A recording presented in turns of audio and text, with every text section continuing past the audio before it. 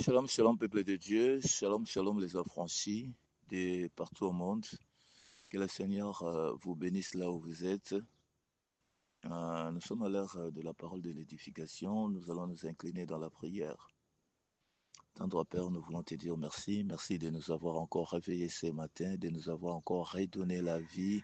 Nous étions comme des morts durant cette nuit. Seigneur, tu viens de nous réveiller, tu viens encore de nous ressusciter. Seigneur, nous te sommes infiniment reconnaissants. Reconnaissants de ton amour, reconnaissants de ta grâce et reconnaissants de ta fidélité. Père, nous sommes à l'ère de la parole d'édification. Éternel, je ne sais pas parler, Seigneur. Ouvre ma bouche, Seigneur, afin que je puisse communiquer ta parole droitement dans le saint nom de ton Fils Jésus-Christ, qui est notre Sauveur et Seigneur. Je dis Amen. Amen, Amen. Que le Seigneur vous bénisse. Alors, bien-aimés, nous allons lire dans le livre. Nous allons lire dans les livres de Exode, Exode chapitre 7, versets 1 à 5. Et là, il est dit ceci, l'Éternel dit à Moïse, voici, je te fais Dieu pour Pharaon, et Aaron, ton frère, sera ton prophète. Toi, tu diras tout ce que je t'ordonnerai. Aaron, ton frère, parlera à Pharaon pour qu'il laisse aller les enfants d'Israël hors de son pays. Et moi, j'endurcirai le cœur de Pharaon, et je multiplierai mes signes et mes miracles dans le pays d'Égypte. Pharaon ne vous écoutera point. Je mettrai ma main sur l'Égypte et je ferai sortir du pays d'Égypte mes armées, mon peuple, les enfants d'Israël, par des grands jugements. Les Égyptiens connaîtront que je suis l'Éternel lorsque je tendrai ma main sur l'Égypte et je ferai sortir du milieu d'eux les enfants d'Israël. Bien aimé, ce chapitre d'Exode, c'était tellement riche, bien aimé. Je crois, si tu auras du temps, méditer ces chapitres, tous les chapitres en tout cas, vous serez réellement édifiés. Ici, nous voyons que Dieu parle à Moïse. Il dit à Moïse, je te ferai Dieu pour Pharaon. C'est ça notre thème. Je te ferai Dieu pour Pharaon et Aaron, ton frère, sera un prophète. Pourquoi? Parce que Pharaon incarnait une grande puissance. À cette époque, l'Égypte était comme la grande puissance, comme les États-Unis d'aujourd'hui. À cette époque-là, c'était l'Égypte. Et Pharaon était un homme puissant.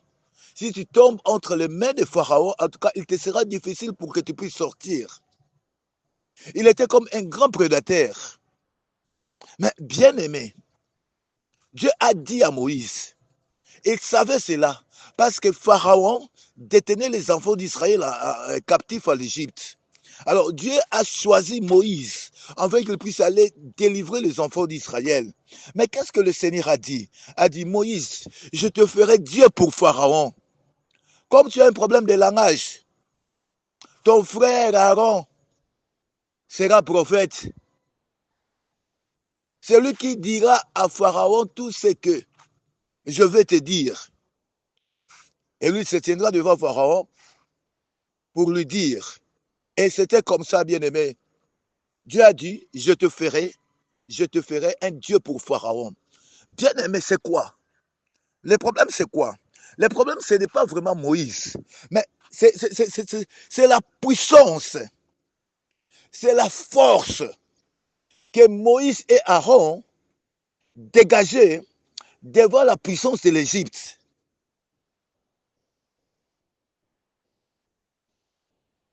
Quand Moïse se tenait devant Pharaon, il n'a pas eu peur. Il n'avait pas la peur en lui. Parce qu'il savait qu'il était mandaté par quelqu'un. Il était mandaté par l'Éternel des armées. Il savait que derrière lui, il y a une main puissante de Dieu qui le poussait. Et le Seigneur lui-même a dit, j'endurcirai le cœur du Pharaon. Il ne laissera pas les enfants d'Israël. Parce que c'est un incrédule, il se croit fort. J'endurcirai son cœur. J'endurcirai son cœur. Et moi, l'Éternel, je vais exercer le jugement à travers l'étendue de l'Égypte. Et bien aimé, c'était comme ça. C'était comme ça. Dieu était avec Moïse et Moïse, avec son frère Aaron, il partait devant Pharaon pour lui dire qu'en tout cas, laissez les enfants d'Israël partir, sortir. Et Pharaon endurcissait son cœur. Et c'est par là que l'Éternel a commencé à exercer jugement, son jugement sur l'Égypte. Il a dit à Pharaon, Pharaon, demain matin, si tu iras au fleuve, tu verras ce que le fleuve va devenir. Bien-aimé, quand Pharaon est sorti pour aller au fleuve, l'eau était devenue du sang. Dieu a commencé à exercer son jugement. L'eau était devenue du sang. Et les Égyptiens étaient étonnés. Ils ont eu la peur. Parce que c'était la première fois. Dieu a commencé à agir. Bien-aimé, Pharaon représente le monde du ténèbre. L'Égypte représente le monde des ténèbres. Pharaon représente celui qui dirige le monde des ténèbres, bien-aimé. Malgré sa puissance, il ne peut pas résister devant notre Dieu. Il ne peut pas résister, il ne peut pas résister devant la puissance que le Seigneur a mis à son serviteur Moïse.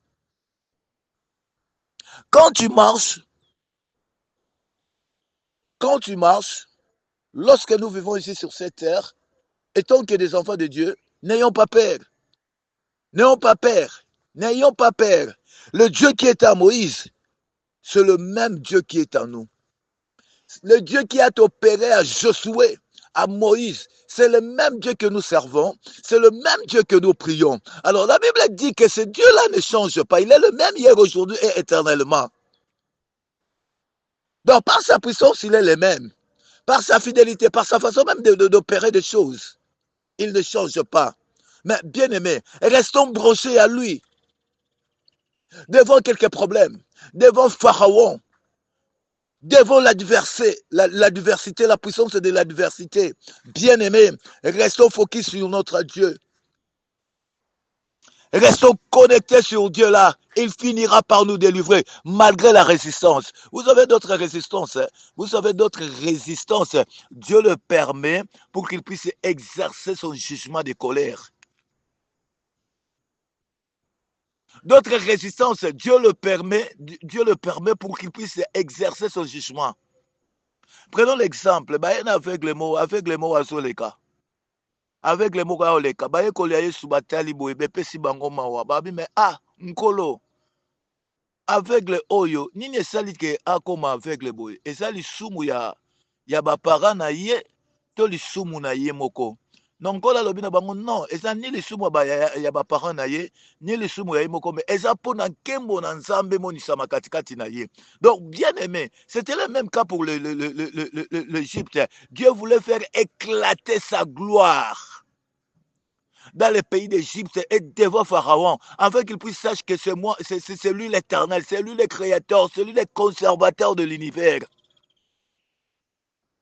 C'est lui le conservateur de l'univers. Alors bien aimé, n'ayez pas peur devant la puissance de l'adversité, parce que tu as un Dieu grand, tu as un Dieu puissant. N'ayez pas peur, bien aimé, devant la maladie, devant les problèmes. Ah non, non, non, bien aimé, n'ayez pas peur, n'ayez pas peur. Devant l'épilepsie, n'ayez pas peur. Devant les cancers, n'ayez pas peur. Devant les lesbiennes, n'ayez pas peur, ton Dieu est là. Il veut éclater sa gloire dans ta vie. N'ayez pas peur, n'ayez pas peur, n'ayez pas peur, n'ayez pas peur, n'ayez pas peur. Malgré la résistance, ce problème-là finira toujours par partir. Ce problème-là finira toujours par céder au nom de Jésus.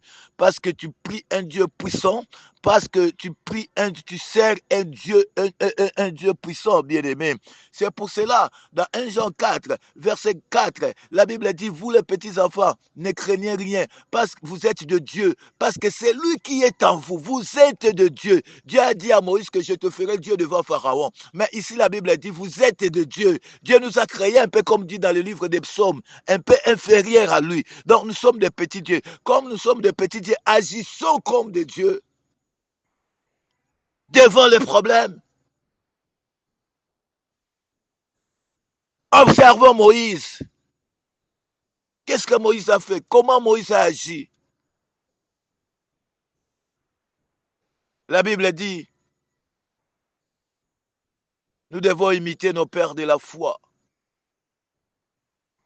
Ce n'est pas pour rien que leurs paroles, leurs actes sont écrits dans la Bible.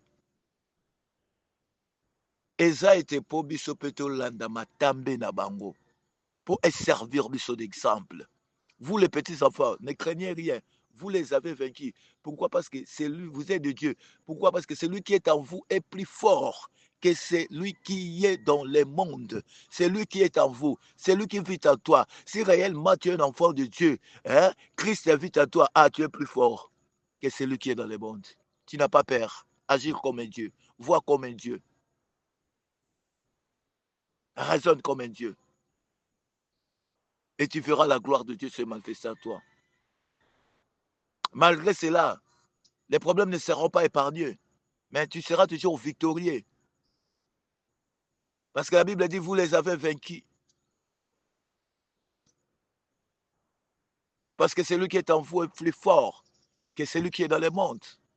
Christ qui vit en toi est plus fort que ta maladie. Christ est plus fort, qui vit en toi est plus fort que ta souffrance. Christ qui vit en toi est plus fort que bamungwa, bamayo, batumususu bazako utiliser tout ça, tout ça, tout ça. Le nom de Jésus est plus puissant que toutes ces choses-là. Beaucoup, beaucoup, beaucoup de gens, beaucoup des églises utilisent du sel, de l'huile, tant de choses. Mais bien aimé, le nom de Jésus, les autres les effigies de leurs pasteurs, de leurs prophètes, sont devenus comme des stimulants dans leur foi, des stimulants dans leur prière, je ne sais pas comment, mais moi je te dis que le nom de Jésus est au-dessus de toutes ces choses-là. Il suffit seulement de bien l'utiliser, bien-aimé, tu verras la gloire de Dieu. Donc, bien-aimé, ne t'en fais pas, bien-aimé. Devant la puissance de Pharaon, Dieu est avec toi. Dieu est avec toi. La puissance de Dieu est avec toi. La puissance de Dieu est en toi, bien-aimé. Tu dois agir comme Dieu. C'est pour cela que Dieu a dit à Moïse, je te ferai Dieu pour Pharaon. Le Seigneur te fait Dieu devant les problèmes que tu as, devant les problèmes qui pourront se présenter devant toi. Bien-aimé, sache-le que tu es un Dieu. Tu finiras toujours par vaincre.